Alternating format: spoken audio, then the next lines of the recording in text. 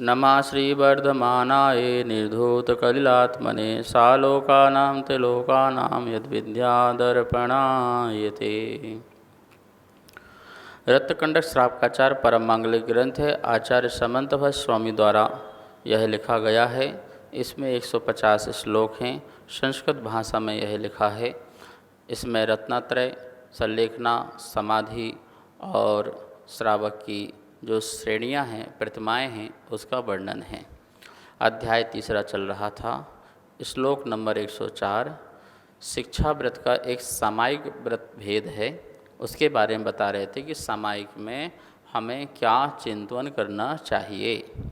सभी लोग पूछा करते हैं अक्सर कि महाराज जी हम सामायिक में बैठ जाते हैं, पर हम सामायिक में करें तो करें क्या। देखिए, आपको सामायिक में सबसे पहले ये काम करना है कि आपको उठना नहीं है वहाँ से। सबसे पहले काम का तो यही है। बार बार आसन बदलना नहीं है, हिलना डुलना नहीं है, हाथ पैर ज़्यादा चलाना नहीं है। यदि हाथ चले भी तो मात्र वंदना के लिए, नमस्कार के लिए हाथ जोड़ना हो, नमस्कार करना हो, प्रभु की वंदना करना हो, तो इसलिए आपके हाथ जुड़ें और हाथ काया की चेष्टा हो, अन्यथा अन्य प्रकार की चेष्टा नहीं होना चाहिए। अब चिंतन की बात आई है तो यहाँ पर 104 नंबर का श्लोक है। एक बार पुनः पढ़ते हैं। असरणमसुभमनित्यं दुःखमानात्ममानमावसामि भवं मोक्षस्तद विपरीतात् मेति ध्यायन्तु सामयिके। अशरणम, आप अशरण का चिंतन करें कि संसार में मेरी कोई शरण नहीं है, मैं किसी की शरण नहीं हूँ और मेरी कोई शरण नहीं है। ये भाव तो निकालना ही पड़ेगा। यदि मैं ये भाव रखता हूँ कि मैं किसी की शरण में रह कर के सुखी रह सकता हूँ या मेरी शरण में रह के कोई सुखी रह सकता है, तो ये भावना मिथ्या की भावना है। अनंत काल से कितने जन्मों को धारण किया और किसने आपको परमानेंट शरण में रखा। परमात्मा भी अपनी शरण में नहीं रह सकते हैं। जो हम व्यवहार से कहते हैं चत्तारि शरणम पवज्जामि, कि हे प्रभु संसार में जहाँ जाता हूँ दुख ही दुख है, मैं सिर्फ आपके पास आया हूँ शरण लेने कि संसार से दुखों से बचने के लिए। तो ये व्यवहार शरण है। लेकिन प्रभु ये भी कहते हैं तो अपनी आत्मा की शरण में जा। तो यहाँ आया है, ठीक है, बैठ जा, लेकिन यहाँ बैठ कर के मेरी शरण का चिंतन नहीं करना। यहाँ पर बैठ कर के अपनी आत्म शरण में रहूं, इसका चिंतन करना कि मेरा जगत में कोई नहीं है, सभी पर हैं, सभी पर हैं, मैं भी पर हूँ और संसार का प्रत्येक पदार्थ, प्रत्येक जीव जो है पर है। इस बात को ध्यान में रखना। कोई किसी की शरण में रह नहीं सकता है। और जो कहा जाता है ये व्यवहार से कि हम माता पिता की शरण में हैं, हम अपने परिवार की शरण में हैं, हम अपने धर्म की शरण में हैं, ये सब व्यवहार है। कुछ धार्मिक व्यवहार है और कुछ सांसारिक व्यवहार है, पर दोनों ही व्यवहार हैं। निश्चय से अपनी आत्मा ही शरण है। तेरी मजबूरी है कि तू अपनी आत्मा की शरण में नहीं जा पा रहा है, तो कहा जाता है कि तू संसारी लोगों की शरण को छोड़ और अपने देव शास्त्र गुरु की शरण में जा, क्योंकि वहाँ तुझे सच्ची शिक्षा मिलेगी अपनी शरण में जाने की। वहाँ ये नहीं कहा जाएगा कि तू मेरी शरण में रहे। जैसे अन्य मतों में कहा जाता है तू सबको छोड़ और मेरी शरण में आ जा और मेरी भक्ति कर, मेरे अनुसार चल। ऐसा यहाँ कुछ नहीं है। यहाँ कहा जाता है तू संसार की शरण को छोड़ करके यहाँ की शरण आ और यहाँ पर ही आकर के अपनी आत्मा की शरण में जा। तो मुझे भी याद मत करना, मैं तो सिर्फ संसार से अगर से पार लगाने के लिए तुम्हें हाथ दिया था, लेकिन तुम मेरे सहारे आगे बढ़ोगे ऐसा मत सोचना। चलना तुमको ही पड़ेगा। तो ये अशरणम, ठीक है ना, अशरणम, आपको आशरण मानना है। संसार का एक भी स्थान ऐसा नहीं है जो मुझे शरण दे सकता है और जिसकी शरण में मैं रह सकता हूँ, ऐसा कोई भी नहीं है। ऐसा चिंतन करना। तो हम जो विकल्प हमें हमारे अंदर आते रहते हैं कि हमारा क्या होगा, अब क्या होगा, कौन साथ देगा, बेटा देगा, बेटी देगा, बहू देगा, पोता पोती देंगे, समाज के लोग देंगे, परिवार के लोग देंगे। ये जो फालतू का जो फिजूल हमारे मन में जो भरा रहता है और बातें आती रहती हैं, ये सारी की सारी बातें सामायिक में आप चिंतन करके निकाल देते हो। सच पूछा जाए, सामायिक जो है मोक्ष की तैयारी है, मोक्ष की तैयारी है। आप मोक्ष की तैयारी कर रहे हैं, ऐसे अशरण भावना भा करके मोक्ष की तैयारी कर रहे हैं। 12 भावनाएं हैं ना, यहाँ तो 3-4 बातें कही हैं, ठीक है ना। आप पूरी 12 भावनाओं का, एक एक भावनाओं का चिंतन करें। महाराज जी कल ही तो की थी अशरण भावना की, आज फिर से अशरण भावना की चिंतन करें। करो ना, फिर से करो ना। जब तक अपनी आत्मा की शरण में नहीं जा पाते हो तब तक अशरण की चिंतन करते ही रहो। संस्कार डालो, बार बार संस्कार डालो। मेरी अप्पा अप्पम्मी रदो आदा हो मैं शरणम, आत्मा ही सच्ची मेरी शरण है। इसके अलावा शरण जो है वह व्यवहारिक शरण है। ऐसा नहीं कि व्यवहारिक शरण का आपका लोप कर रहे हैं। आप माता पिता की शरण में रह रहे हैं तो हम आपका व्यवहार का लोप कर रहे हैं। आप गुरु की शरण में रह रहे हैं तो हम आपका लोप कर रहे हैं व्यवहार का, बिल्कुल नहीं कर रहे हैं। इन सब के साथ में रहते हुए भी सामायिक काल में ये याद आना, चिंतन में आना, भैया ये शरण जो है सिर्फ कर्मजन्य शरण है। जब तक कर्म साथ दे रहा है तब तक ये शरण है, और जैसे ही कर्म ने साथ देना बंद किया और ये शरण छूटी। भैया माता पिता की आयु समाप्त होगी कि नहीं होगी? हाँ होगी। अब छोड़ के वो जाएंगे नहीं जाएंगे? तो जाएंगे। अब किसकी शरण में जाओगे? बात ये हुई, शांति सागर जी महाराज जी की समाधि चल रही थी। वहाँ पर एक मुनिराज जी आए और बोले कि गुरुदेव अब तक तो हम आपकी शरण में थे, अब बताओ हमारा क्या होगा? तो शांति सागर जी महाराज ने बोले कि किसकी शरण में रहना चाहते हो? मैं किसकी शरण में था? मैं धर्म की शरण में था। तुम भी धर्म की शरण में रहो। हमारी तुम्हारी शरण तो जो है ये कर्मजन्य है। आयु समाप्त हुई और विदा हो गए। सच्ची शरण धर्म की है। महावीर भगवान चले गए ना, तो क्या महावीर की शरण में हैं? नहीं, महावीर ने जो धर्म बताया है हम उसके धर्म की शरण में हैं। आदिनाथ हमारे बीच में नहीं हैं, पर उन्होंने जो धर्म बताया हम उस धर्म की शरण में हैं। तो हमें धर्म की शरण में रहना है, क्योंकि आदमी चला जाएगा, व्यक्ति चला जाएगा, वस्तु चली जाएगी, लेकिन धर्म नहीं जाएगा। धर्म शाश्वत है, धर्म त्रैकालिक है। जब तुम जागोगे तभी सवेरा हो जाएगा। जब चाहोगे तब उसकी शरण ले सकते हो। रात को उठो तो शरण, सुबह उठो तो शरण, सो तो शरण, जागो तो शरण, बैठो तो शरण, खड़े हो तो शरण, चलो तो शरण। हर जगह शरण मिल सकती है। बस तुम्हें अपनी आत्म धर्म की शरण में जाना है। सम्यक दर्शन, सम्यक ज्ञान, सम्यक चारित्र ही हमारी सच्ची शरण है।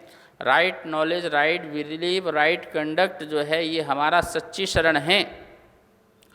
ये मोक्ष मार्ग हमारी सच्ची शरण है, जिसमें आप स्वयं चलते हो, विश्वास के साथ चलते हो, ज्ञान के साथ चलते हो, तप के साथ चलते हो, साधना के साथ चलते हो। तो ऐसा सामायिक काल में चिंतन करना है।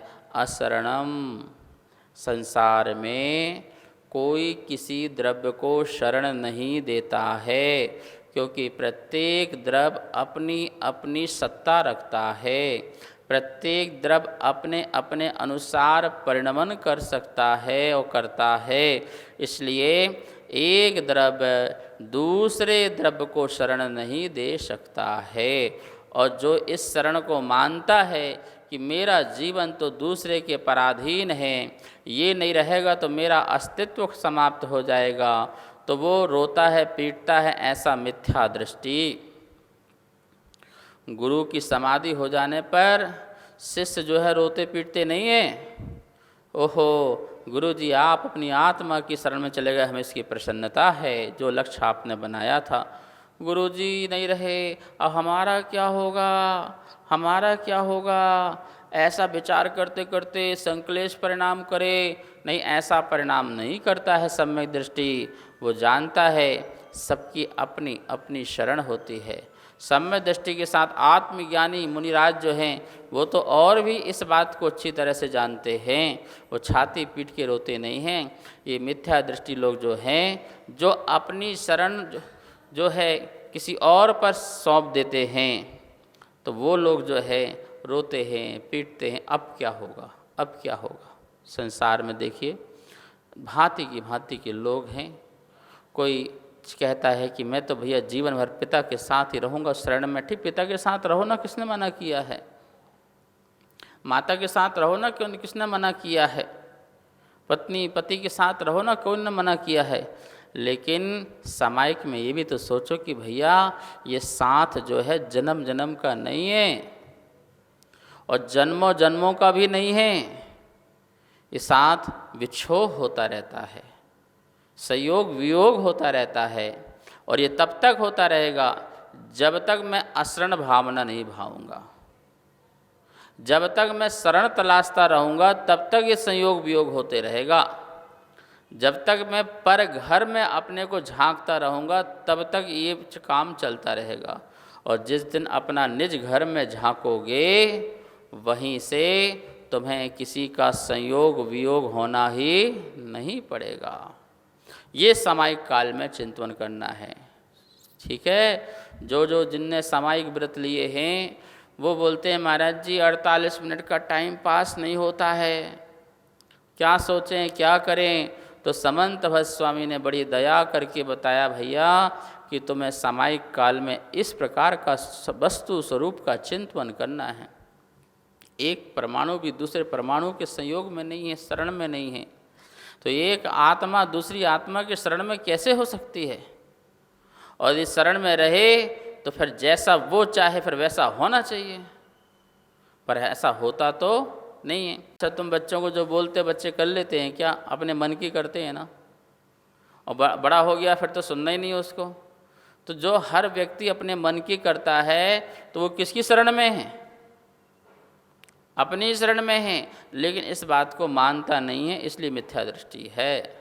यदि इस बात को मान ले कि प्रत्येक द्रव्य की अपनी स्वतंत्रता है, स्वतंत्रता है, परातंत्रता नहीं है, परतंत्रता नहीं है, इस बात को मान ले तो अशरण भावना जागृत हो जाएगी। और स्वतंत्रता का जो आनंद है वो दुनिया में कहीं आनंद नहीं है।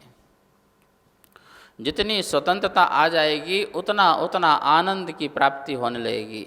ये अशरण भावना हमको स्वतंत्र करना सिखा रहा है।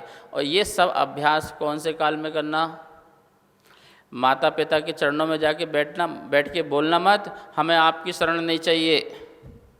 गुरु की शरण में जाके, प्रभु की शरण में जाके बोलना मत हमें नहीं चाहिए आपकी शरण। आपको कौन होते हो आप, हु आर यू, आप कौन हो, हमारे कोई नहीं हो, ना हमें आपकी शरण में जाना है, हम तो अपनी शरण में हैं। ऐसा नहीं बोल देना, ये अब व्यवहारिक बात हो जाएगी।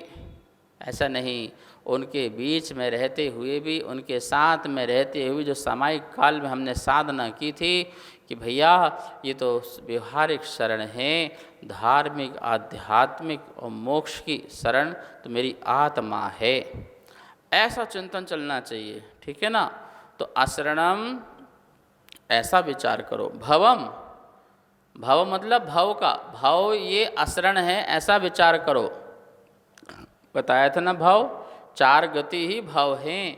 तो चार गति में कहीं किसी को शरण नहीं मिली, और मिल गई होती तो 84 लाख योनि में भ्रमण करने की ज़रूरत नहीं पड़ती। चलो भैया आपको देव बना देते हैं, देवी बना देते हैं, अब तो वहीं रहो ना मज़े में, वहीं खुश रहो। नहीं महाराज जी, वहाँ भी दुखी हो जाते हैं।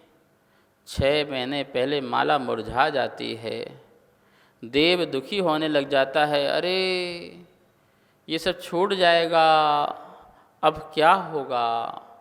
तो भैया देवगति भी परमानेंट तुम्हारी शरण नहीं है, उतर के फिर नीचे आओगे, फिर मनुष्य में जाओगे, त्रियंचों में जाओगे, जाना पड़ेगा, भ्रमण करना पड़ेगा, तब तक जब तक कि तुम असली शरण को ढूंढ नहीं लोगे, असली शरण की तलाश नहीं कर लोगे। और गजब की बात तो यह है कि असली शरण कहीं किसी दुकान में नहीं, किसी मकान में नहीं, ना ही जगत में कहीं मिलती है। वो तो तू आँख बंद कर और अपनी आत्मा में देख, सच्ची शरण वहीं पर है। तेरे भाव ही तेरी सच्ची शरण हैं, तेरे वीतराग परिणाम ही तेरी सच्ची शरण हैं, तेरी निर्मोहता ही तेरी सच्ची शरण है, निर्विकारता ही तेरी सच्ची शरण है, और निर्भयता ही तेरी सच्ची शरण है, और निष्प्रहता ही तेरी सच्ची शरण है। तेरे अंदर जो ये सब चीज़ें आएंगी, वही चीज़ जो है तुझे सच्ची शरण दे सकता है, और जगत में कोई दूसरा व्यक्ति शरण, भय होगा, तेरे अंदर भय होगा तो फिर माता पिता की शरण में जाएगा, राजा की शरण में जाएगा, सिपाही की शरण में जाएगा, जो बलवान है उसकी शरण में जाएगा, योद्धा की शरण में जाएगा, महायोद्धा की शरण में, मुझे बचा लो। लेकिन जो निर्भय हो गया कि हम तो अजर हैं, हम तो अमर हैं, हमें कौन मार सकता है, हमें कौन बचा सकता है, ऐसी भावना आई तो अशरण भावना जागृत हो गई।